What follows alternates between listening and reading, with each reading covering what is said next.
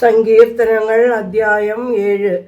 ദൈവമേ, നിന്റെ വേദപ്രമാണത്തിൽ അടങ്ങിയിരിക്കുന്ന അത്ഭുത കാര്യങ്ങളെ കാണുവാൻ എൻ്റെ ഉൾക്കണ്ണുകളെ പ്രകാശിപ്പിക്കണമേ. ആമീൻ. എൻ്റെ ദൈവമായ കർത്താവേ, ഞാൻ നിന്നിൽ പ്രത്യാശ വെച്ചു. എന്നെ രക്ഷിക്കണമേ. എന്നെ പീഡിപ്പിക്കുന്ന എല്ലാവരിൽ നിന്നും എന്നെ രക്ഷിക്കണമേ. രക്ഷകനും വീണ്ടെടുപ്പുകാരനും ഇല്ലെന്ന് വന്നിട്ട് എൻ്റെ പ്രാണനെ സിംഹം പോലെ തകർത്ത് കളയാതിരിക്കട്ടെ.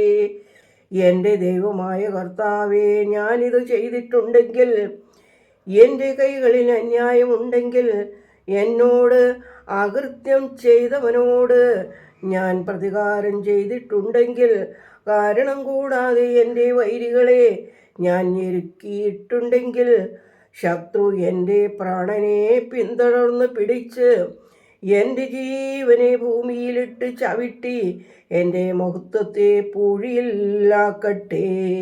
കർത്താവേ, നിന്റെ കോപത്തോടെ എഴുന്നേറ്റു എൻ്റെ ശത്രുക്കളുടെ കണ്ടത്തിന്മേൽ നീ പ്രബലപ്പെടുത്തണമേ. കൽപ്പിച്ചിട്ടുള്ള തീർപ്പനുസരിച്ച് എനിക്കായി ഉണർന്നിരിക്കണമേ. സ്വജാതികളുടെ സഭ നിന്റെ ചുറ്റും നിൽക്കട്ടെ. അതിനുവേണ്ടി നീ ഉയരത്തിലേക്ക് തിരിച്ചെഴുന്നള്ളണമേ. കർത്താവ് പുറജാതികളെ വിധിക്കും. കർത്താവേ, എൻ്റെ നീതിക്കും എൻ്റെ പരമാർത്ഥതയ്ക്കും തക്കവണ്ണം എന്നെ വിധിക്കണമേ. ദുഷ്ടന്മാരുടെ മേൽ ദോഷം പൂർത്തിയാകട്ടെ. നീ നീതിമാന്മാരെ സ്ഥിരപ്പെടുത്തണമേ. നീതിമാനായ ദൈവം ഹൃദയത്തെയും അന്തരിന്ദ്രിയങ്ങളെയും പരിശോധിക്കുന്നു. ഹൃദയ നേരുള്ളവനെ രക്ഷിക്കുന്നവനായ ദൈവം എന്നെ സഹായിക്കുന്നവനാകുന്നു. ദൈവം സത്യവാനായ ന്യായാധിപനാകുന്നു.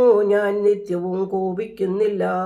മാനസാന്തരപ്പെടുന്നില്ലെങ്കിൽ തൻ്റെ വാൾ മൂർച്ച കൂട്ടി വില്ലുകുലയ്ക്കുന്നു.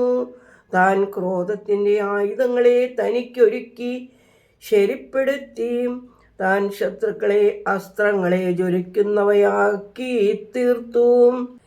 ധാർമ്മികൻ വഷളത്വം ചിന്തിച്ചു, ദുഷ്ടതയെ ഗർഭം ധരിച്ച് വ്യാജത്തെ പ്രസവിച്ചു. അവൻ ഒരു കുഴി അഗാധമായി കുഴിക്കുകയും അവൻ കുഴിച്ച കുഴിയിൽ വീഴുകയും ചെയ്തു.